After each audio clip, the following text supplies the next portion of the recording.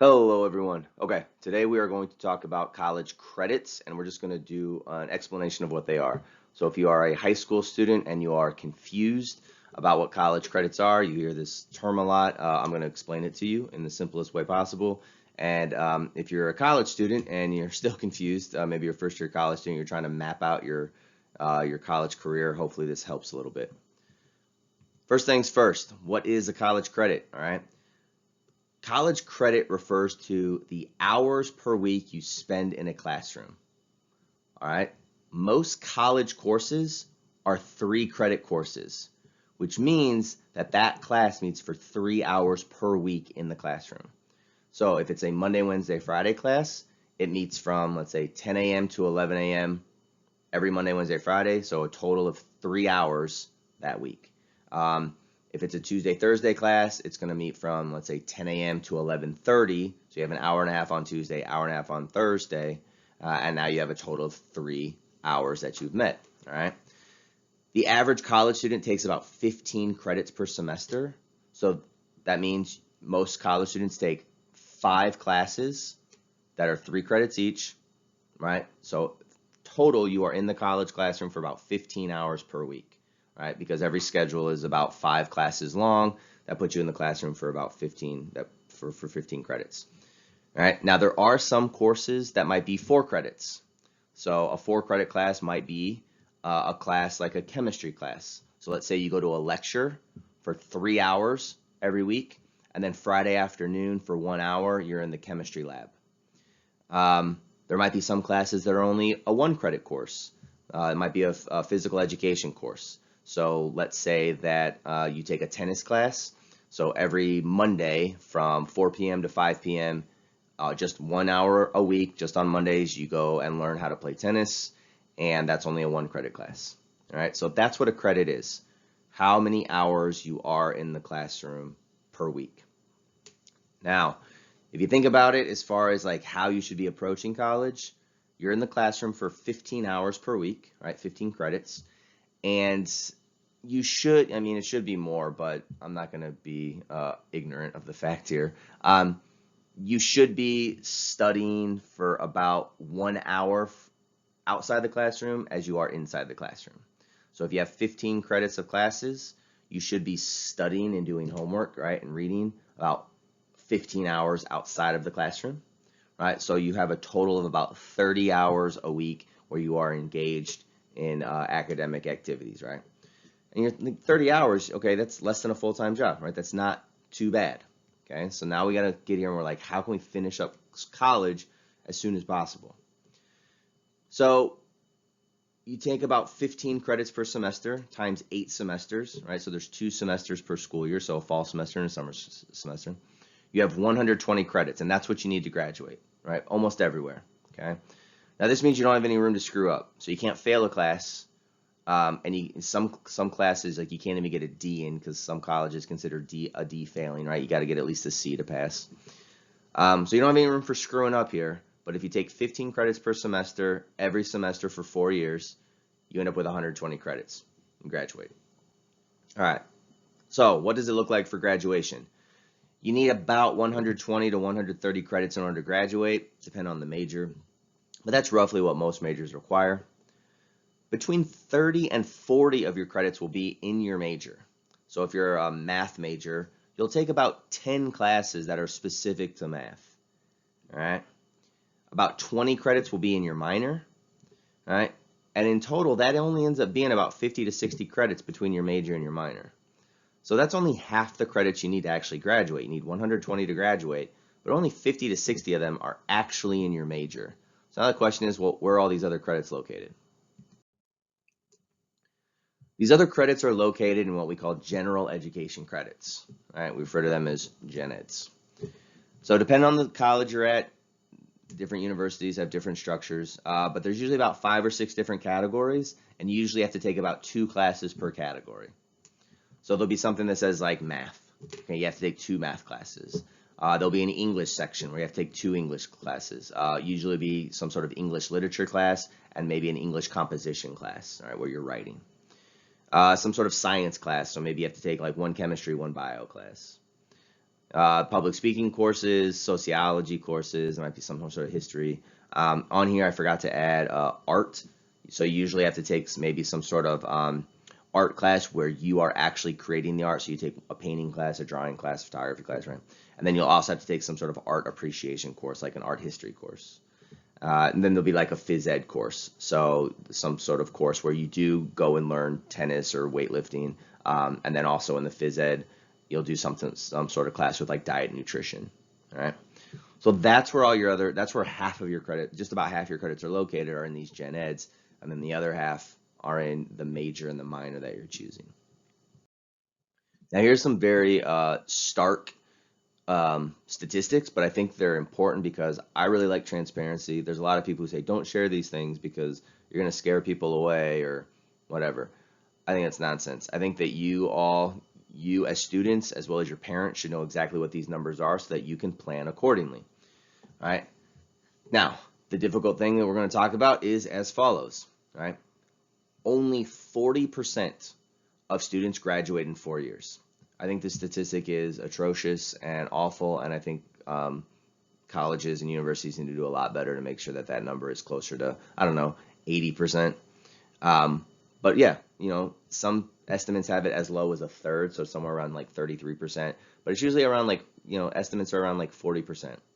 40% of students graduate in 4 years. That's not good, right? It's not good for a lot of reasons we'll talk about in a second. All right. Only about 60% of all students will graduate within 6 years. So between year 4 and year 6, we get about 20%. We get about another 20% of the students to graduate. All right. But still, we're talking about like 6 years. That's not good, right? You're taking out more loans, and which I think is far more relevant, that besides just taking out more loans, you are delaying your entrance into a career, right? Into life. In your mid-20s, you should be doing things like settling into a career, figuring out the foundations of your life, finding a spouse, right? Thinking about getting married, all that kind of stuff. And if you're still in college, it's like those things get delayed, right? And I don't want to delay your entrance into full-fledged adulthood, you know, until you're in your mid to late 20s, right? I want you to be done with college by the time you're 22 because you got lots of other things that you need to move on toward, move on towards, right? Now, sadly, about 40%, it might be a little bit higher than this, but about 40% of students will not finish at all. So about 40% of students who start a 4-year program, right, a 4-year university degree, bachelor's degree, 40% of students aren't going to finish, right? And again, this is something else that is extremely traumatizing. Students are taking out loans that now they can't pay back because they don't have the accolades needed in order to get the high-paying job that's going to help them to pay back those student loans. But again, also, you know, the fact that, you know, people are delaying their entrance into full-fledged adulthood and not getting the accolades necessary in order to, you know, manage that successfully in the way that they wanted to manage it successfully. Now, there's a couple reasons why I think this is happening. All right, but I think one of the biggest reasons why students are, you know, taking a lot longer to graduate now than they did, let's say, you know, 30, 40 years ago, is because colleges and universities have these increased gen ed requirements. All right, so it used to be, you know, you come into college, you take your math, your science, your English courses, and then you get on with your major, right? You might switch majors, but if you switch majors, you might end up taking, let's say you take a bunch of accounting classes and you're like, I don't want to be an accountant. Those classes still count towards you graduating, but they fall under what are electives. So they're kind of like throwaway credits, right? It's like you learn something, but they don't count towards your major, your minor, or your gen eds. All right, those are what are called electives.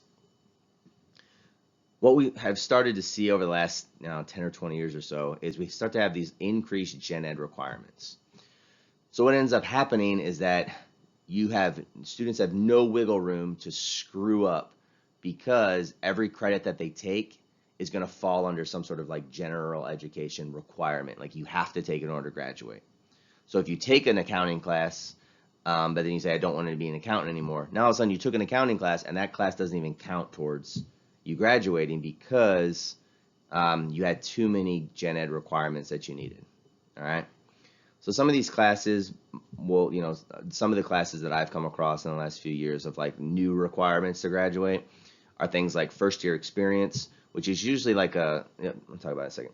First year experience, some sort of diversity course, and then some sort of course that's introduction to the library, which is a class that I actually took as an undergrad, which is why I use it as an example.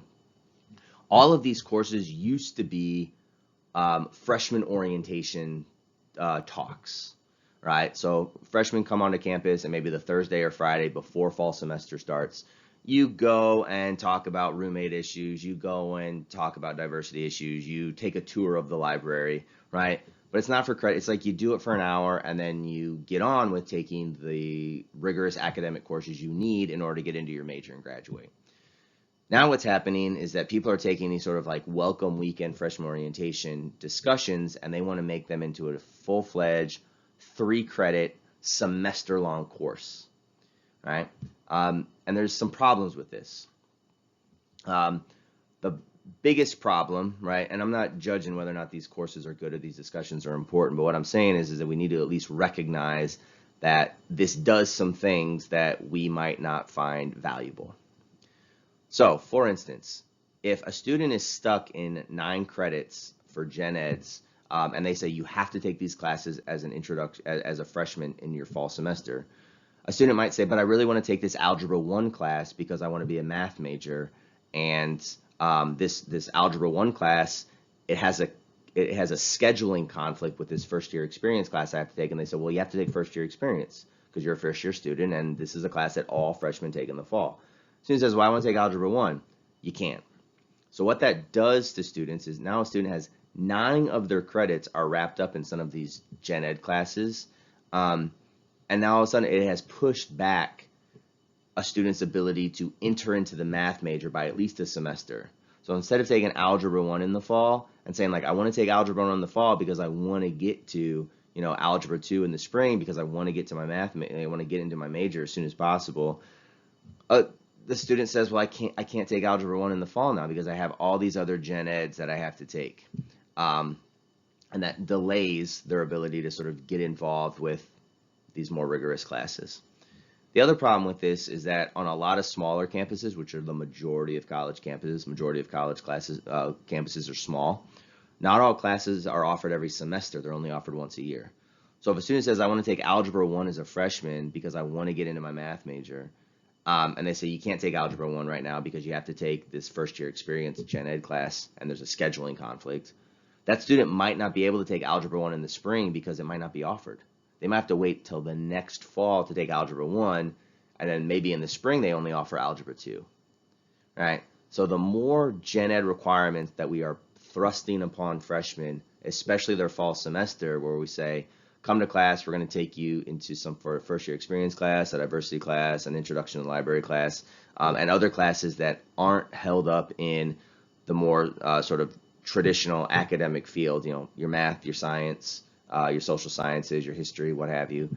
The more we're taking them away from those, the more their academic timeline gets pushed back, like a semester, right? And so that becomes a problem, all right? So the more gen eds we thrust upon people, the more gen ed requirements, the longer it might take for them to graduate. And again, the longer you delay someone's graduation date, the harder it is for them to graduate. Right? It used to be that students could get done with undergrad in 3 years, right? It still was 120 credits, right? It's always been 120 credits for the most part, but it wasn't as rigorous with regard to the specific classes you had to take outside your major, right? It's like if you want to be a chem major, it's like you've got to take these classes, and the gen eds were a little bit more loose with regard to what you were taking. But the more structure we're given to gen eds, the harder it is to fit all those gen eds into your specific schedule. And so you might get to the point where it's like, I'm going to graduate in the spring, and they say, actually, you need these 2 courses to graduate in the spring, and say, cool, sign me up for those 2 courses. And they say, well, those 2 courses aren't offered until the fall, right? And so that's part of the problem with sort of implementing more and more rigid gen eds into the curriculum. So advice I have for my students and maybe parents that talk about with their students, right, is map out a specific plan for yourself, a 4-year plan for yourself as soon as you can. So you can go ahead and get a book of all the classes that are available and what classes you need to take to graduate, and figure out, I'm going to take these classes in the spring, and then I'm going to take these classes in the fall, freshman year, sophomore year, junior year, whatever. Map out a very specific plan for yourself, right? And try to stick to it as much as possible. A lot of colleges, universities, and majors have what they call like roadmaps to success, or required academic plans. They have those listed online. Start looking at them. Pick your major as soon as possible, and a way that you can do this is go meet with professors. So even if you are not in a psychology class, right? Let's say it's the fall semester, you're like, I'm going to take an intro to psychology class in the spring, but in the fall, go and meet with a psychology professor and talk about the major. So you can figure out if you want to pick that as your major, and you can pick it as soon as possible. Then you can start to get into the classes in your major as soon as possible, right? The quicker you get into the classes for your major, the easier it is for you. It's going to be for you to graduate. So meet with lots of professors during freshman year. Professors have office hours. Their doors should be always open during office hours. Don't be shy. Don't be intimidated by professors. If they have office hours, what I tell my students is like, don't bother me ever, but if I have office hours are your time. Office hours are my students' time. So my students come into my office sometimes, and they will talk for an hour about, the most, absurd subjects sometimes. Sometimes they'll talk about class, sometimes they'll talk about their life, right? But it's like, if it's my office hour, that is totally your time. Now, if you knock on my door and I don't have office hours, you want to come in and talk about your personal situation, I'm going to say you need to leave and come back during office hours, right? I'll shut you out of my office if I got other things going on. My office hours are students' time, so don't be intimidated. Go to office hours. Also, talk to people in the field and find out what they majored in. So let's say you want to be a business major. There's lots of different things you can do with a quote-unquote business major, right? So go and talk to someone. Do you want to do HR? Do you want to do accounting? Do you want to do marketing? Go talk to someone who has the job that you want and say, what did you major in? What classes did you take? Did you have a minor, right? And figure out what they did so that you can sort of create that path for yourself as well. Take at least 15 credits per semester. And again, 15 credits times 8 semesters is exactly 120 credits, so you can't screw up, right? But you need to take at least 15 credits per semester. You might need a semester in there where you take 18 credits. So if there's a semester in there where things are a little bit easier, maybe you take 18 credits instead of 15 credits. You might end up taking like one course per summer as well. All right, and that'll kind of help you kind of get above the curve a little bit, right? And again, it wasn't that long ago when people could easily finish an undergrad degree in 3 years. 15 credits per semester, maybe you take 6 credits, so 2 classes in the summer. That adds up really fast. I have students now who are finishing up in 3.5 years, and it's all because they're not killing themselves. It's just that they planned it very specifically, right? And they knew exactly what they wanted to do as far as their major was concerned, and they took the classes they needed to take, right? They didn't get bogged down with all of these, sort of like, iffy scenarios with like gen eds and, choose your own adventure stuff. It's like, tell me specifically exactly what I need to take in order to get out of here. And again, it is a financial issue, right? But even more important than finances, it's just time, right? You can't get time back. I don't want students, I hate seeing students delay their like entry into, sort of adulthood with regard to their careers, with regard to, romantic partnerships. And some students talk about, getting married or moving across the country or going over to Europe or whatever. I hate seeing students have to sort of delay their plans because they're stuck in my classroom for an additional semester when they should be out there, 23, 24 years old. They have a lot better things to do than hang out with me. All right. So figure out a plan for yourself, figure out a way that you can sort of condense it down, make sure you finish in 4 years. It's possible. You just have to have a plan for it. All right. You just have to have a plan for it. Okay. That's all I have. I hope you learned something about Gen Ed credits and what they are, and I will see you next time.